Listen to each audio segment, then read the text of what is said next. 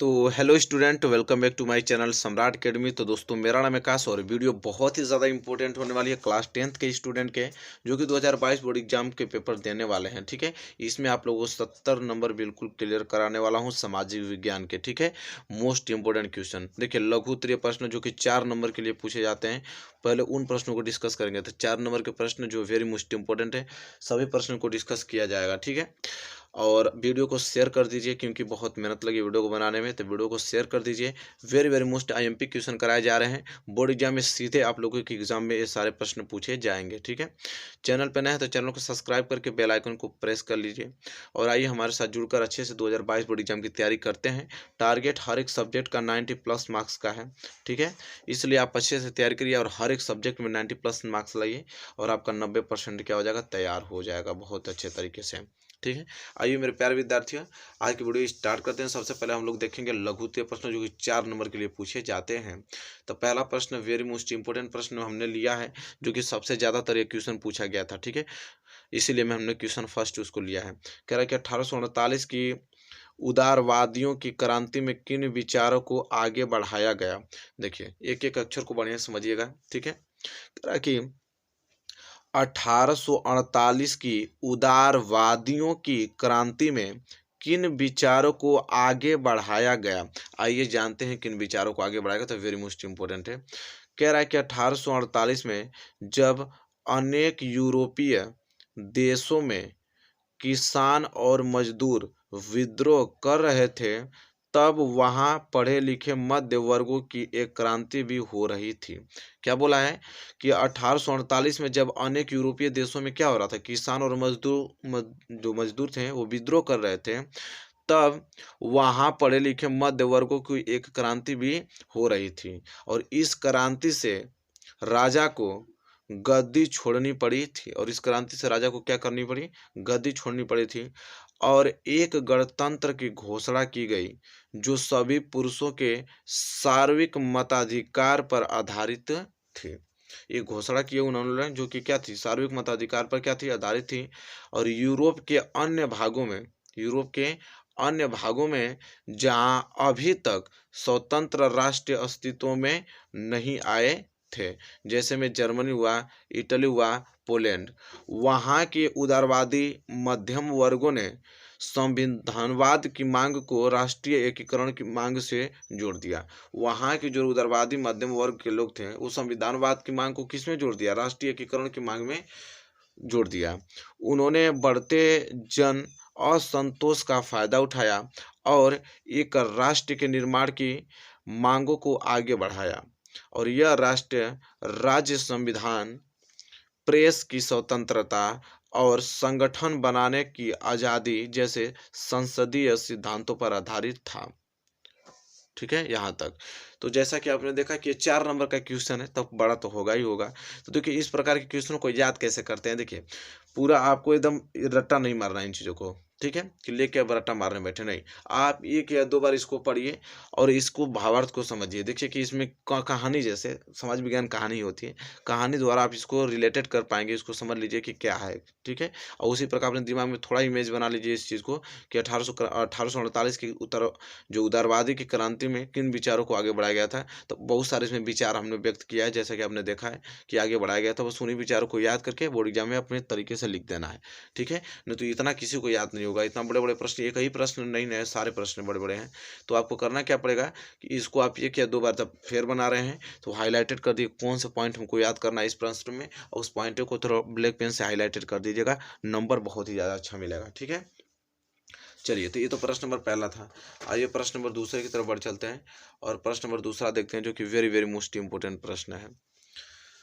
अब प्रश्न नंबर दूसरा कह रहा है यहाँ पे कि नई अंतरराष्ट्रीय आर्थिक प्रणाली से क्या तात्पर्य है।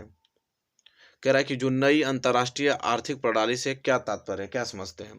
तो आइए जान लेते हैं कि नई अंतरराष्ट्रीय आर्थिक प्रणाली क्या है। इसका तात्पर्य एक ऐसी व्यवस्था से था।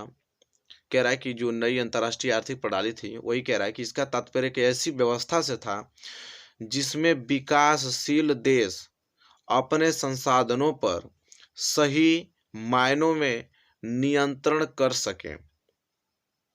जिसमें उन्हें विकास के लिए अधिक सहायता मिले, कच्चे माल के सही दाम मिले और अपने तैयार मालों को विकसित देशों के बाजारों में बेचने के लिए बेहतर पहुंच मिल सके, उसी को हम नई अंतर्राष्ट्रीय आर्थिक प्रणाली कहते हैं। कि नई अंतर्राष्ट्रीय आर्थिक प्रणाली में ये सारी चीज़ें छूट होनी चाहिए उनको, ठीक है।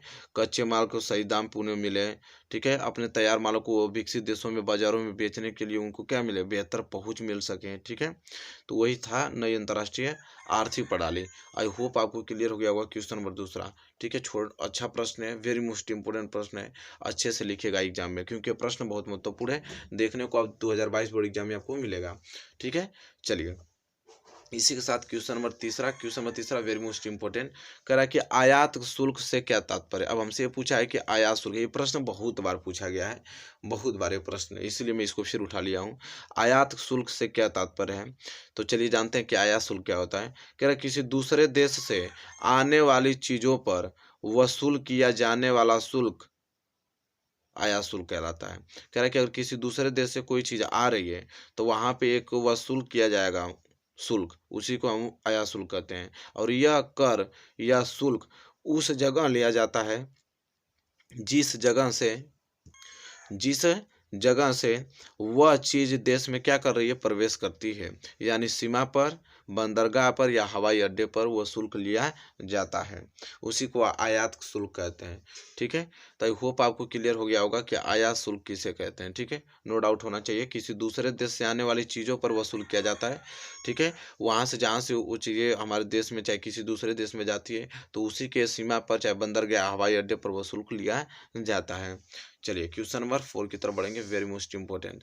क्वेश्चन नंबर 4 यह है, कह रहा है कि जब हम कहते हैं कि 16वीं सदी में दुनिया सिकुड़ने लगी थी तो इसका क्या मतलब है।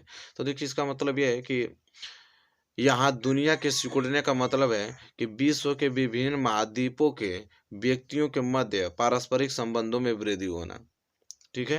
कह रहा है कि जब हम कहते हैं कि 16वीं सदी में दुनिया सिकुड़ने लगी थी तो इसका मतलब यह है कि यहाँ दुनिया के सिकुड़ने का मतलब क्या है, विश्व के विभिन्न महाद्वीपों के व्यक्ति के मध्य पारस्परिक संबंधों में क्या होना, वृद्धि होना, ठीक है। तो यही चीजें बहुत छोटा है, आई होप आप इसे अच्छे तरीके से लिख लेंगे, ठीक है, और याद भी कर लेंगे। ये क्वेश्चन नंबर 4 है। आइए क्वेश्चन नंबर 5 की तरफ बढ़ेंगे, जो कि very very most important question number 5 है। जितना प्रश्न मैं बता रहा हूँ मेरे प्यारे विद्यार्थियों, विश्वास कीजिए इन सारे प्रश्नों को लिख कर और याद करके आप बस पहुंचे एग्जाम में, ठीक है। देखिए क्वेश्चन नंबर 5 कह रहा है यहाँ पे कि भारत को किस ऊर्जा में महाशक्ति का दर्जा प्राप्त है। भारत में यह ऊर्जा किस क्षेत्र में स्थापित है।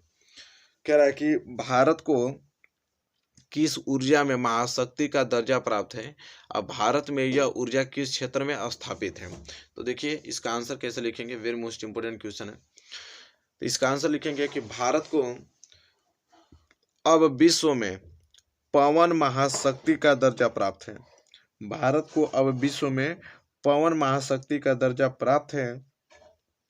भारत में पवन ऊर्जा फॉर्म के विशालतम पेटी तमिलनाडु में नागरकोइल से मदुरई तक अवस्थित है। कह रहा है कि भारत को अब विश्व में पवन महाशक्ति का दर्जा प्राप्त है और भारत में जो पवन ऊर्जा फॉर्म है वो विशालतम पेटी जैसे तमिलनाडु में नागरकोइल से मदुरई तक अवस्थित है। और इसके अतिरिक्त आंध्र प्रदेश में, कर्नाटक में, गुजरात में और केरल में और महाराष्ट्र में और लक्षद्वीप में भी महत्वपूर्ण पवन ऊर्जा क्या है, फॉर्म है। तो देखिए क्वेश्चन नंबर 5 जो कि वेरी मोस्ट इंपोर्टेंट था, आई होप आप इसको समझ के और अच्छे तरीके से नोट कर लिए होंगे। Very very most important question है। चलिए आइए क्वेश्चन नंबर 6 की तरफ अग्रसर होते हैं और क्वेश्चन नंबर 6 देखिए वेरी मोस्ट इंपोर्टेंट प्रश्न। क्वेश्चन नंबर 6 कह रहा है यहाँ पे कि भारत के 2 आणविक ऊर्जा केंद्रों के नाम लिखिए। वेरी मोस्ट इंपोर्टेंट, कई बार प्रश्न बहुत बार पूछा गया है कि भारत के 2 आणविक ऊर्जा केंद्रों के नाम। तो भारत के प्रमुख परमाणु संयंत्रों में देखिए काकरापारा जो कि गुजरात में है, तारापुर जो कि महाराष्ट्र में है, रावत भाटा जो राजस्थान में है, रावत भाटा जो राजस्थान में है, नरौरा उत्तर प्रदेश में, केंगरा कर्नाटक में, कलपक्कम जो कि तमिलनाडु प्रमुख। ये भारत के 2 आणविक ऊर्जा केंद्र पूछा, हमने बहुत सारा बता दिया, कोई भी आप 2 लिख सकते हैं, ठीक है। तो आई होप आपको क्वेश्चन नंबर 6 में कोई डाउट नहीं होगा और सभी प्रश्न आपको क्लियर हो गए होंगे क्वेश्चन नंबर 6 का, ठीक है। इसके बाद आइए question number 7। Question number 7 very most important प्रश्न है।